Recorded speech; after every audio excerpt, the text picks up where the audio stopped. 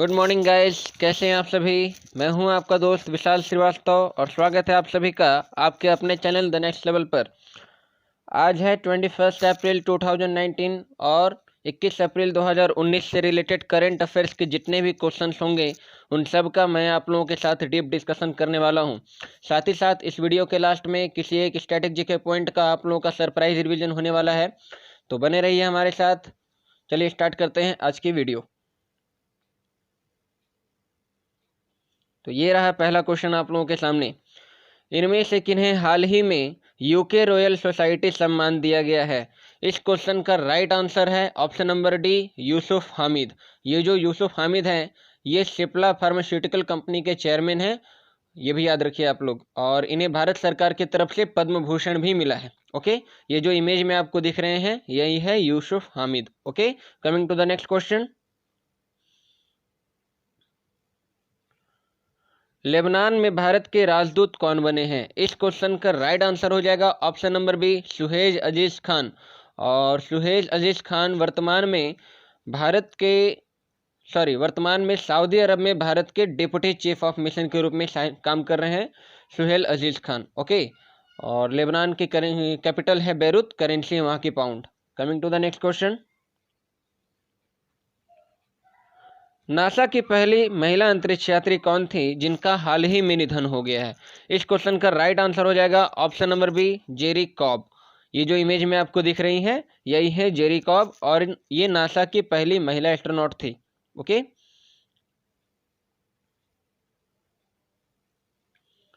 Election commission ने अजय नायक को किस राज्य का स्पेशल ऑब्जर्वर नियुक्त किया है। ये क्वेश्चन आज की वीडियो का सुपर इंपॉर्टेंट क्वेश्चन है।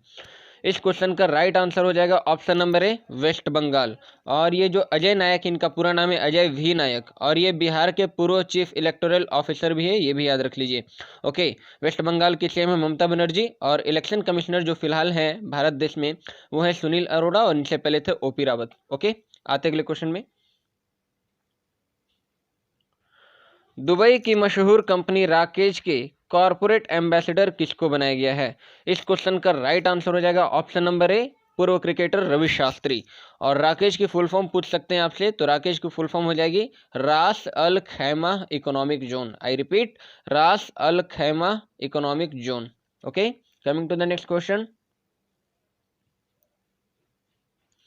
इनमें से किस देश के ऊपर इंटरनेशनल हॉकी फेडरेशन ने 1,70,000 यूरो का जुर्माना लगाया है। ये क्वेश्चन भी आज की वीडियो का सुपर इंपॉर्टेंट क्वेश्चन है। इस क्वेश्चन का राइट आंसर हो जाएगा option number D, Pakistan.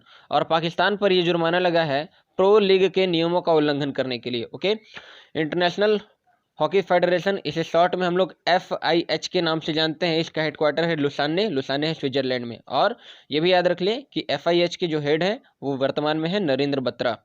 Coming to the next question. Varuna नामक समुद्री अभ्यास भारत किस देश के साथ करता है। इस क्वेश्चन का राइट आंसर हो जाएगा ऑप्शन नंबर ए, फ्रांस। और ये वरुणा एक्सरसाइज जो है फ्रांस के साथ भारत का सबसे बड़ा नेवल एक्सरसाइज है, ये भी याद रख लीजिए। इस साल ये आयोजित होगा 1 मई से गोवा तट पर। और फ्रांस की कैपिटल है पेरिस, करेंसी है यूरो और फ्रांस के प्रेसिडेंट है इमैनुअल मैक्रोन। आपको बता दूं कि इमैनुअल मैक्रोन को अक्टूबर 2018 में UN के तरफ से champions of the earth award मिला था और यही अवार्ड PM मोदी को भी मिला था उसी समय। ओके, ये जो इमेज में दिख रहे हैं यही है इमैनुअल मैक्रोन, फ्रांस के राष्ट्रपति। और ये भी याद रख ले कि ये दुनिया के सबसे यंग प्रेसिडेंट हैं। ओके, आते अगले क्वेश्चन में। जयदीप सरकार किस देश में भारत के नए हाई कमिश्नर नियुक्त हुए हैं। इस क्वेश्चन का राइट आंसर हो जाएगा option number D, south Africa. ये जो इमेज में आपको दिख रहे हैं यही है जयदीप सरकार और ये 1987 बैच के IFS हैं। और वर्तमान में जयदीप सरकार जो है ये भूटान में भारत के राजदूत हैं। ओके, साउथ अफ्रीका की कैपिटल है कैपटाउन और करेंसी है rand. Okay, coming to the next question. Exim bank ने किस देश को विभिन्न प्रोजेक्ट्स के लिए $266 मिलियन का ऋण दिया है। देखो, एक्जिम बैंक की फुल फॉर्म होती है export import bank of India और इसका हेडक्वार्टर है मुंबई। और इसने लोन दिया है $267 मिलियन का रवांडा को। तो राइट आंसर हो जाएगा option number B, Rwanda. Rwanda की कैपिटल है किगाली और करेंसी है फ्रैंक। आते अगले क्वेश्चन में। हाल ही में खूनी बैसाखी नामक किताब यूएई देश में जारी हुई। यह किताब भारत की किस घटना पर आधारित है? इस क्वेश्चन का राइट आंसर हो जाएगा ऑप्शन नंबर ए, जालियांवाला बाग हत्याकांड। ओके, और इसी पर आधारित है यह पोयम बुक खूनी बैसाखी। ओके, नाम याद रख लें आप लोग अच्छे से, खूनी बैसाखी। ये हत्याकांड हुआ था 13 अप्रैल 1919 को। ओके, आते अगले क्वेश्चन में। इनमें से किस जनरल इंश्योरेंस कंपनी को ISO 31000 2018 का प्रमाण मिला है? ओके, इस क्वेश्चन का राइट आंसर हो जाएगा option number C, Cholamandalam MS। आते अगले क्वेश्चन में। किस संस्थान ने विभिन्न देशों में डिजिटल हेल्थ टेक्नोलॉजी की उपयोगिता के लिए 10 नए गाइडलाइंस को जारी करा है? इस क्वेश्चन का राइट आंसर हो जाएगा option number A, WHO। WHO की फुल फॉर्म होती है वर्ल्ड हेल्थ ऑर्गेनाइजेशन। क्या आप मुझे कमेंट्स में बता सकते हैं कि WHO का हेडक्वार्टर और हेड कौन है? मैंने कल की वीडियो में आप लोगों को बताया है। अब समझते हैं कि डिजिटल हेल्थ टेक्नोलॉजी होती क्या है।